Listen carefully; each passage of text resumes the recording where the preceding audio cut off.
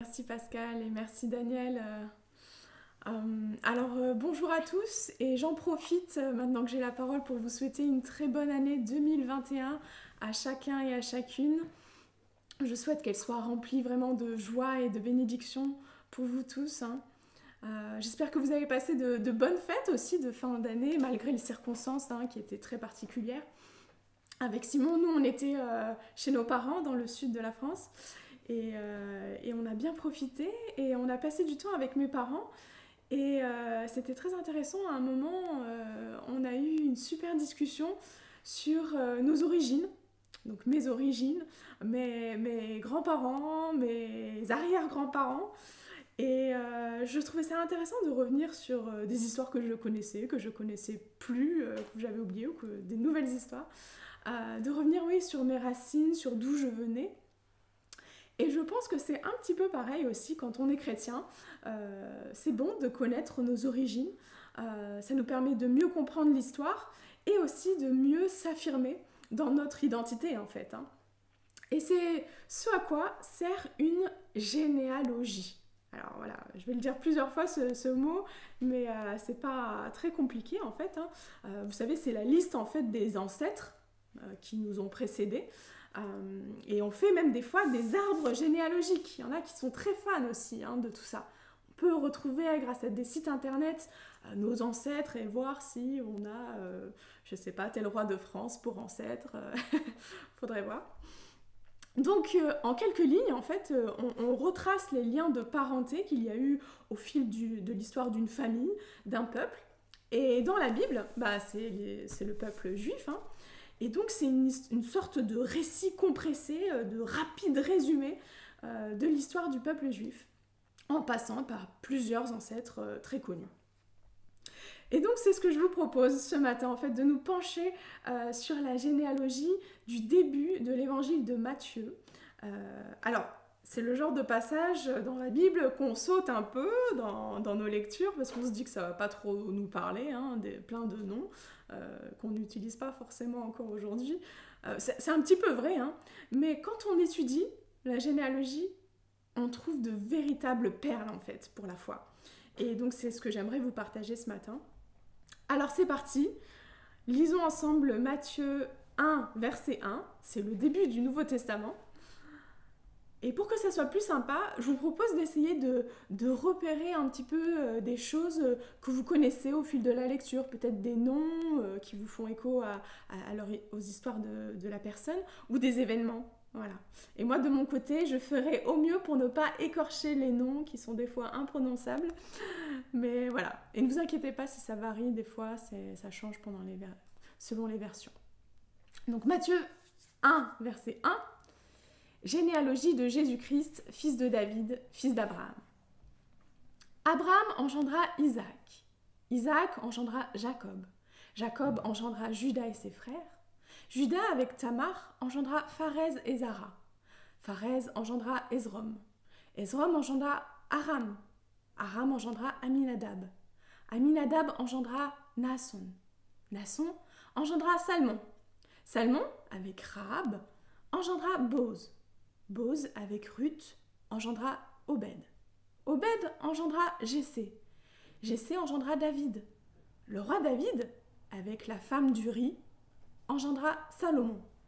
Salomon engendra Roboam. Roboam engendra Abia.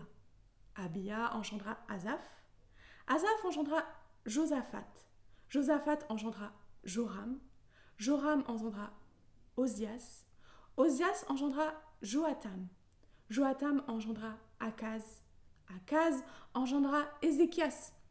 Ézéchias engendra Manassé. Manassé engendra Amos. Amos engendra Josias.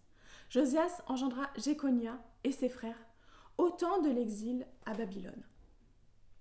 Après l'exil à Babylone, Jéconia engendra Salatiel. Salatiel engendra Zorobabel. Zorobabel engendra Abiou. Abiou engendra Eliakim. Eliakim engendra Azor. Azor engendra Zadok. Zadok engendra Hakim. Hakim engendra Eliou. Eliou engendra Éléazar. Éléazar engendra Mathan. Mathan engendra Jacob. Jacob engendra Joseph, l'époux de Marie, de laquelle est né Jésus, celui qu'on appelle le Christ. Il y a donc en tout 14 générations depuis Abraham jusqu'à David, 14 générations depuis David jusqu'à l'exil à Babylone et 14 générations depuis l'exil à Babylone jusqu'au Christ. Voilà, on va s'arrêter là pour ce matin dans la lecture. Merci de vous être accrochés jusqu'au bout de cette fameuse lecture. Donc voilà ce que c'est une généalogie dans la Bible. Et en la plaçant au début de son livre, Matthieu l'utilise comme une sorte d'introduction au livre qui commence. C'est un peu le « il était une fois » qu'on connaît nous. La généalogie donne des informations qui s'avèrent être utiles à la lecture de l'histoire qui va suivre. C'est un peu comme si Matthieu nous donnait des clés de lecture avant de rentrer dans le vif du sujet. Donc en fait, ces quelques versets qu'on vient de lire, même si on ne les trouve pas très parlants, eh bien, ils nous donnent quand même le contexte de l'histoire qui va commencer, donc on a bien fait de les lire.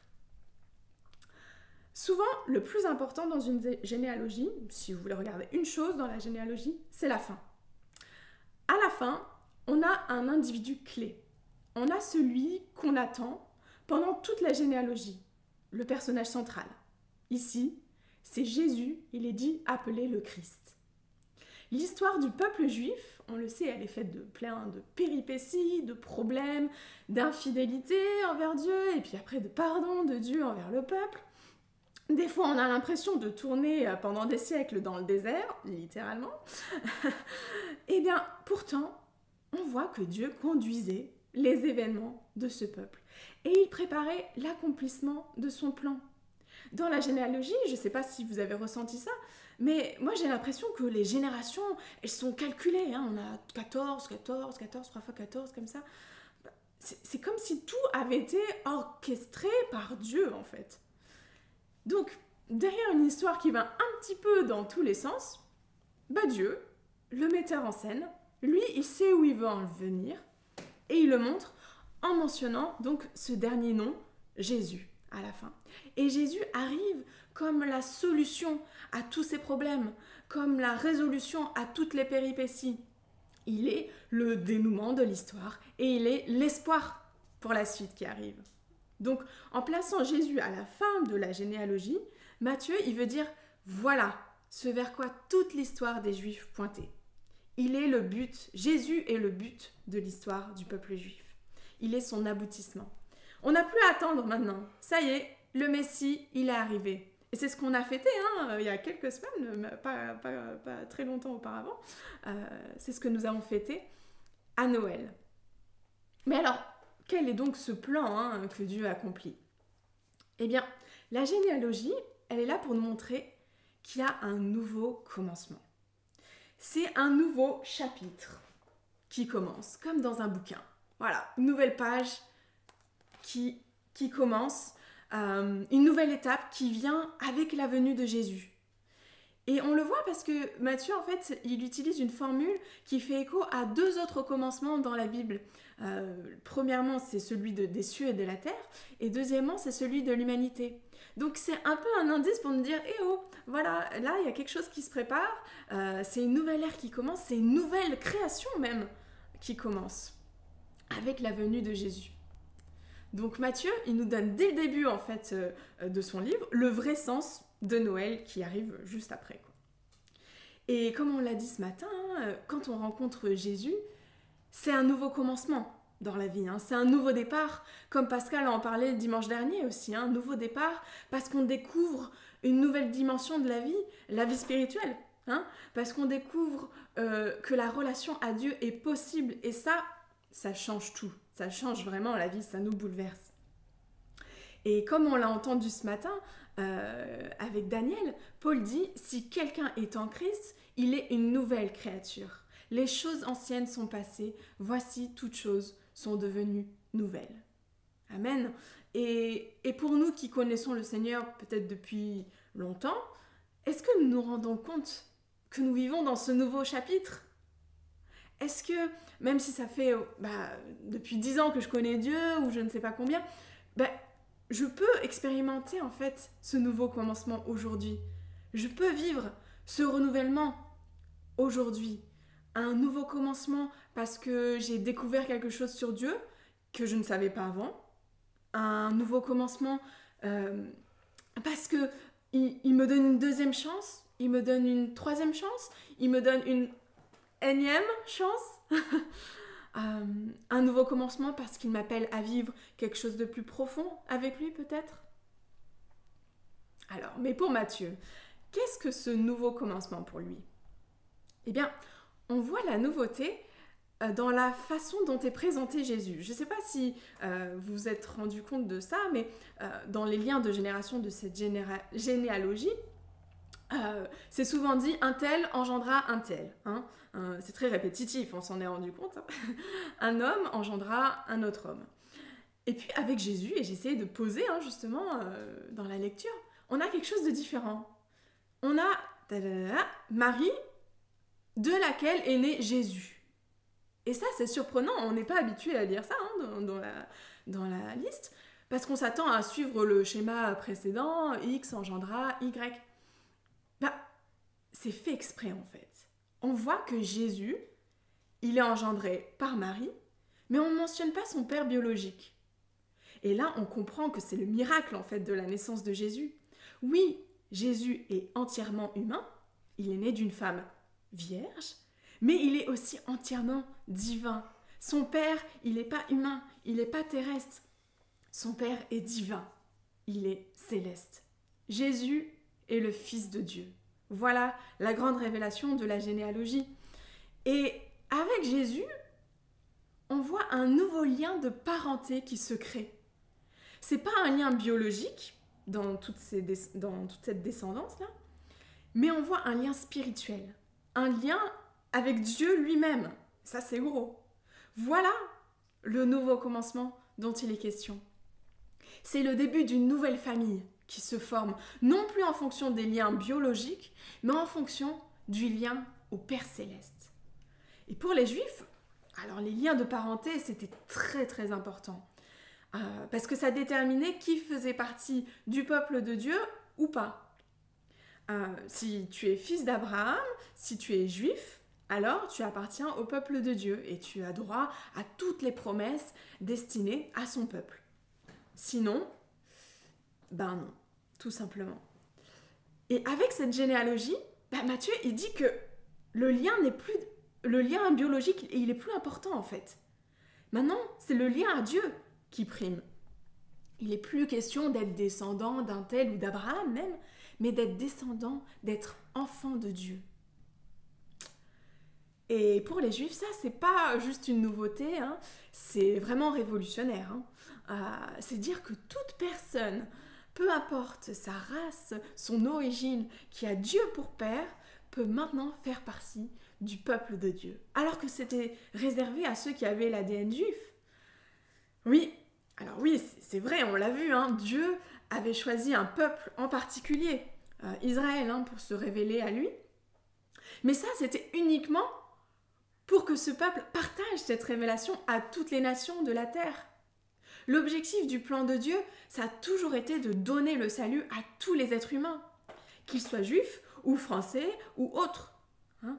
Et cette nouveauté, c'est vraiment une bonne nouvelle pour nous, parce que grâce à ce nouveau lien, la majorité d'entre nous pouvons faire partie de cette nouvelle famille, pouvons faire partie de ce peuple de Dieu et être des filles et des fils de Dieu.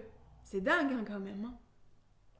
Donc au travers de cette généalogie, Matthieu y révèle une nouvelle réalité. Il fait comme un petit spoil avant l'histoire qui arrive. Il dit qu'avec la venue de Jésus, qui est là, à la fin de la généalogie, les liens entre les hommes, ils vont plus compter. C'est le lien au Père Céleste qui est le plus important. La vraie famille de Dieu, c'est pas une famille biologique, mais c'est une famille spirituelle. Et ça me fait penser, quand on est dans une famille chrétienne, on dit souvent, on est aussi chrétien, voilà, de tradition. Mais c'est bon de se rappeler que on ne naît pas chrétien, on le devient. On ne naît pas chrétien, on le devient. Et les Juifs doivent avoir Dieu pour père et non pas juste être fils d'Abraham pour être véritablement dans la famille de Dieu. Et c'est d'autant plus vrai pour nous qui ne sommes pas juifs, si vous ne l'êtes pas. Alors peut-être que c'est le moment de se pencher sur ce que ça veut dire d'avoir Dieu pour Père. On l'a dit avec Jésus, un nouveau peuple se forme selon un nouveau critère, avoir Dieu pour Père. Et ça se manifeste concrètement en faisant la volonté du Père, tout simplement. Comme c'était le cas pour Jésus, nous avons Dieu pour Père si nous faisons sa volonté. Et faire sa volonté, ça veut dire avoir confiance en lui, et ça veut dire aussi lui obéir. Mais alors de quelle obéissance il est question ici? Est-ce que c'est une obéissance simple et bête de la loi de Dieu? Voilà. Eh bien, la généalogie qui nous donne clairement en fait un élément de réponse. Dans cette liste de noms, je ne sais pas si vous avez repéré ces noms-là, il y a plein de gens qui ne devraient pas forcément être mentionnés si on ne comptait que ceux qui ont bien obéi strictement à la loi de Moïse. On a notamment la mention de plusieurs femmes. Alors, entre parenthèses, c'est d'ailleurs inhabituel d'avoir des femmes dans une généalogie pour l'époque. Donc, ça montre que Dieu considère bien les femmes. Mais, donc je ferme la parenthèse. Mais ces femmes, donc plusieurs femmes qui sont mentionnées, ont vécu des situations dans leur vie où la loi n'a pas été strictement appliquée. Par exemple, flashback sur Tamar. Tamar, elle aurait dû être condamnée parce qu'elle a eu des relations avec son beau-père. Voilà, ça craint ça, hein. Et le jugement, à l'époque, c'était d'être brûlée vive. Donc ça rigolait pas non plus, hein. Mais l'histoire dit qu'elle a été graciée par Judas. Ok, bon, on avance un petit peu. Autre exemple, Rahab. On connaît bien l'histoire de Rahab, hein. Mais elle était cananéenne. Elle était étrangère. Et la loi interdisait les alliances avec les Cananéens. Et pourtant, elle s'est mariée avec un juif, Salmon. Ok, elle aurait dû être lapidée. Ok, et c'est pareil pour Ruth. Ruth, elle était moabite. Oh, ok, bon, on s'en sort pas là. Bethsabée, donc la femme de David, elle est même pas mentionnée par son nom. Alors, elle est mentionnée comme étant la femme d'Uri, pour rappeler en fait la honte de son adultère, qui était passible aussi de lapidation. Elle est devenue par la suite donc la femme de David.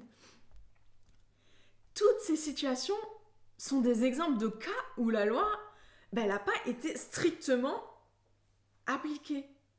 Et donc ça nous fait réfléchir un petit peu à notre rapport à la loi de Dieu et à la manière dont nous mettons en pratique la loi de Dieu dans notre vie. La loi est importante, ça c'est clair, mais on se rend compte que si on l'applique bêtement, alors beaucoup de personnes dans la généalogie de Jésus auraient été disqualifiées. Et pourtant, Dieu est allé au-delà de tout cela, de ses péchés. Il a fait grâce à ces personnes et il a permis même qu'elles contribuent à la venue du Messie. C'est énorme ça. Encore une fois, si Joseph avait appliqué la loi strictement, il aurait fait lapider Marie parce qu'elle était enceinte alors qu'ils étaient fiancés et ils n'avaient pas eu de relation. Dieu sait combien nous-mêmes, nous n'avons pas respecté combien de fois la loi de Dieu dans notre vie. Si Dieu devait compter sur notre obéissance, on serait aussi très vite disqualifié. Et pourtant, Dieu décide de nous faire grâce continuellement et même de nous utiliser pour son plan de salut. C'est beau. Donc ce qui est vraiment important, ce n'est pas l'application stricte et bête de la loi, mais c'est la façon dont on peut faire grâce à notre tour comme Dieu nous a fait grâce. La justice de Dieu est appliquée quand on fait sa volonté. Et cette volonté, c'est qu'on obéisse au plus grand des commandements de toute la loi. Aime Dieu et aime ton prochain comme toi-même. C'est ce commandement qui doit éclairer toute la loi, qui doit l'illuminer, qui doit éclairer notre obéissance à Dieu. Alors attention, ça ne veut pas dire que la loi n'a plus de place, ça ne veut pas dire qu'il n'y a plus de jugement, non, attention, mais ça veut dire que la grâce est première et que c'est Dieu qui est le grand juge, en fin de compte. La loi, elle est là pour nous montrer l'exigence de Dieu. Elle est là pour nous montrer que la barre, elle est très haute. Elle est là pour nous dire aussi qu'on ne peut pas y arriver tout seul. Mais que c'est Dieu qui nous rend agréable à lui, qui nous fait grâce. Et que dans notre vie, nous sommes aussi appelés à lui ressembler en faisant grâce aux autres. Vous ne vous imaginiez pas qu'on pouvait trouver tout ça dans une généalogie. Moi non plus, honnêtement. Mais en étudiant, c'est vrai qu'on trouve des choses incroyables. J'espère que je ne vous ai pas perdu dans tous les noms. Mais voilà, c'est vrai que c'est très riche. Et on voit qu'un nouveau commencement est possible avec Jésus. Il nous montre une nouvelle famille à laquelle nous pouvons appartenir, un nouveau peuple. Et ça ne dépend pas de notre ADN, mais ça dépend de notre foi en Jésus, qui nous aide à lui obéir en faisant grâce à nous-mêmes, premièrement, mais aussi à notre prochain. Et donc, en tant que chrétien, on est descendant, peut-être pas d'Abraham physiquement, mais on est descendant de Dieu. Et donc, on peut rajouter notre nom, là, avec une broche, on fait des pointillés au bout de l'arbre généalogique et on met notre nom, voilà, Emmanuel Van der Does. Un arbre généalogique qui commence avec Abraham, mais qui se finit avec une nouvelle famille, qui est l'Église. Amen.